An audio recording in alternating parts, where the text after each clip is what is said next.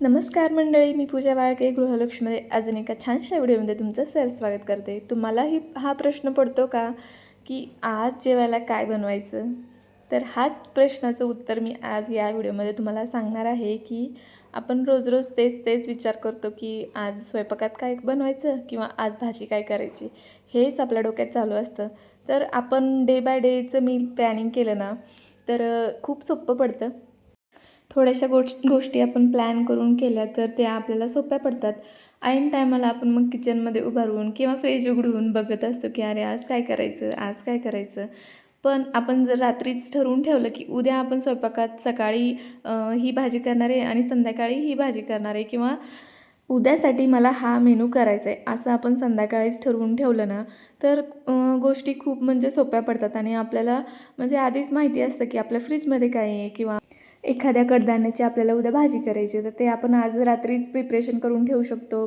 कडधान्य असेल तर काहीतरी भिजवून वगैरे ठेवू शकतो.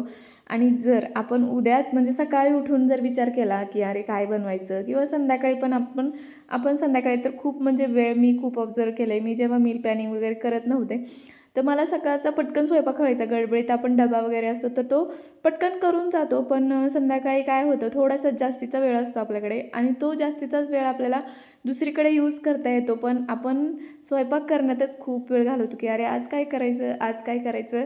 असं माझं पण होतं. तर तुमचं होतं का ते नक्की कमेंटवरून करून सांगा. त्यामुळंच मी रोजच्या रोज म्हणजे मील प्लॅनिंग वगैरे करते की उद्या काय करायचं. म्हणजे उद्याचा डे जर माझा फुल असा प्लॅन असेल तर मला एक्स्ट्रा काय करायचं असेल त्याला वेळ भेटतो.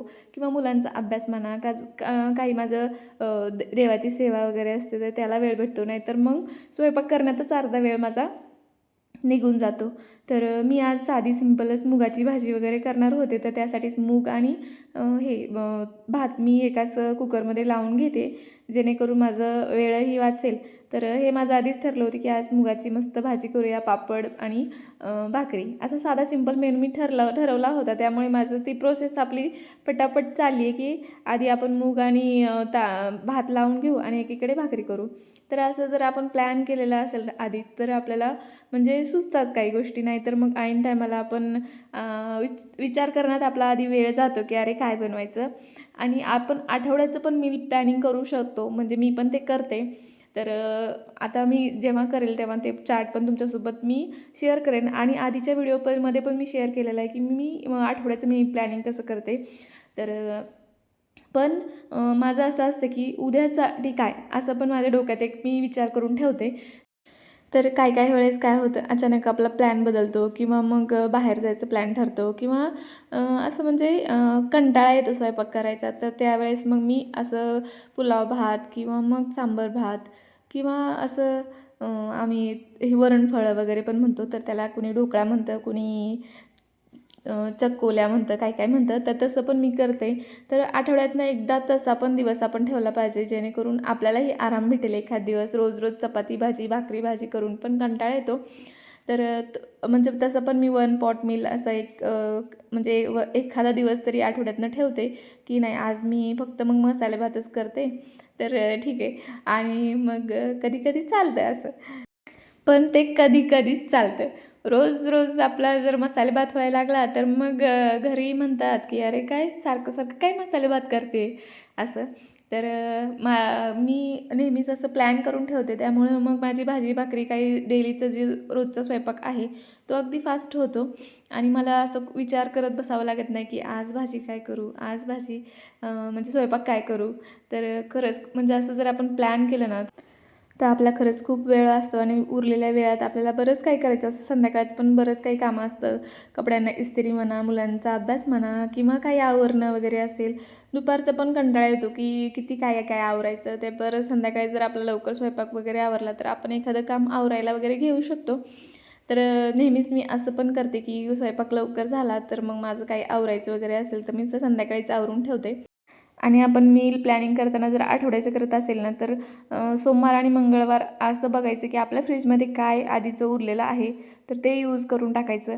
आणि मी तर नेहमी असं रेफर करते की ज्या भाज्या बाजारात स्वस्त असतील त्या भाज्या म्हणजे जास्त वापर यूज करते मी. का तर त्यांच्यावर काही जास्त फवारणी वगैरे केलेली नसते. म्हणजे त्यांना काय तेवढं हे नसतं, मार्केट नसतं. त्यामुळे मग त्यांच्यावर थोडीशी कमी फवारणी वगैरे केलेली असते. तर त्या भाज्या आपल्या आरोग्यासाठी पण चांगल्या असतात. आणि ज्या काही सिजनेबल ताज्या भाज्या असतात तर त्या पण आपण खाल्ल्या पाहिजे. हिवाळ्यात तर खूप असं म्हणजे ताज्या भाज्या येतात. मटार झालं, गाजर झालं, मेथीची भाजी आणि त्याची म्हणजे चव पण वेगळीच लागते.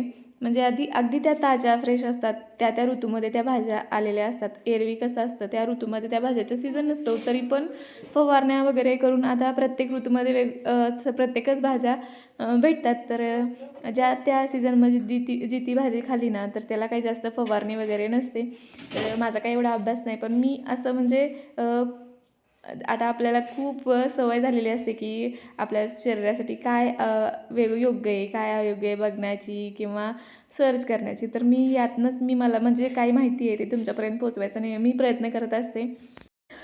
आणि बऱ्याच जणांच्या घरात असं पुलाव भात किंवा मसाले भात संध्याकाळच्या जेवणाला किंवा म्हणजे जेवणाला असं फक्त भात किंवा फक्त आपण वरणफळं केली किंवा डाळबाटी वगैरे असं काय केलं जमत नाही. तर त्यांनी तर खरंच मील प्लॅनिंग केलंच पाहिजे, जेणेकरून आपण पटकन पण आपला स्वयंपाक होईल.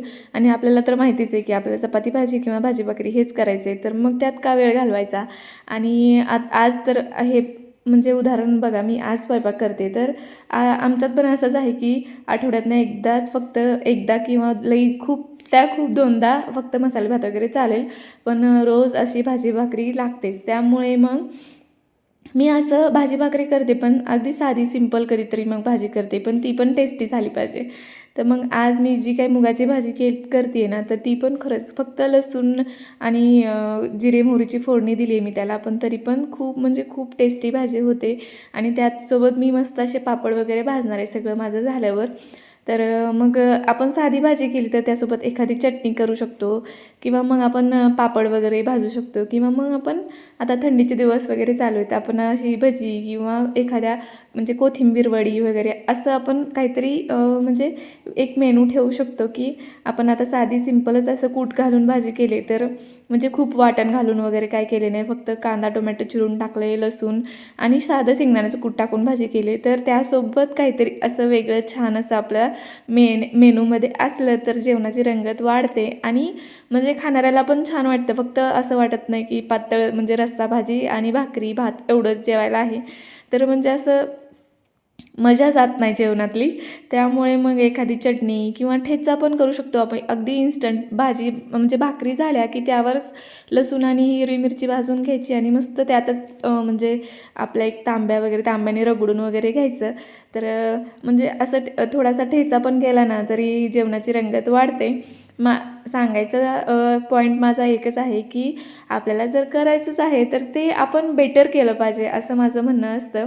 आणि म्हणजे खूप जणांचं तसं सासू सासरे वगैरे जॉईंट फॅमिली असते आणि म्हणजे फक्त नवरा बायको अशी फॅमिली असेल तर ते चालून जातं, पण जॉईंट फॅमिली वगैरे मोठी फॅमिली असेल तर फक्त भात वगैरे काही चालत नाही. त्यामुळे मग असं आपलं साधीच पटकन भाजी फोडणी टाकली आणि नंतर एखादी चटणी किंवा पापड वगैरे तळले किंवा भजी वगैरे केली तरी पण जेवण छान बनतं.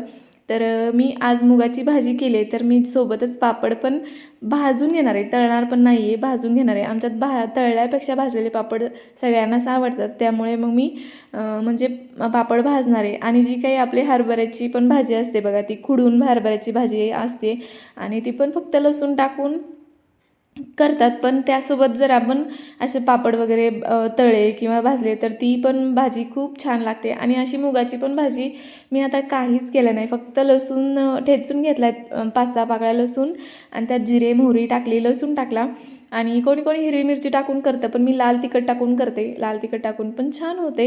तर साधी सिंपलच भाजी केली आणि मग सगळं माझं आवरलं की मग मी पापड वगैरे भाजून घेतले. तर हा तर माझा साधा सिंपलच मेनू होता आजचा.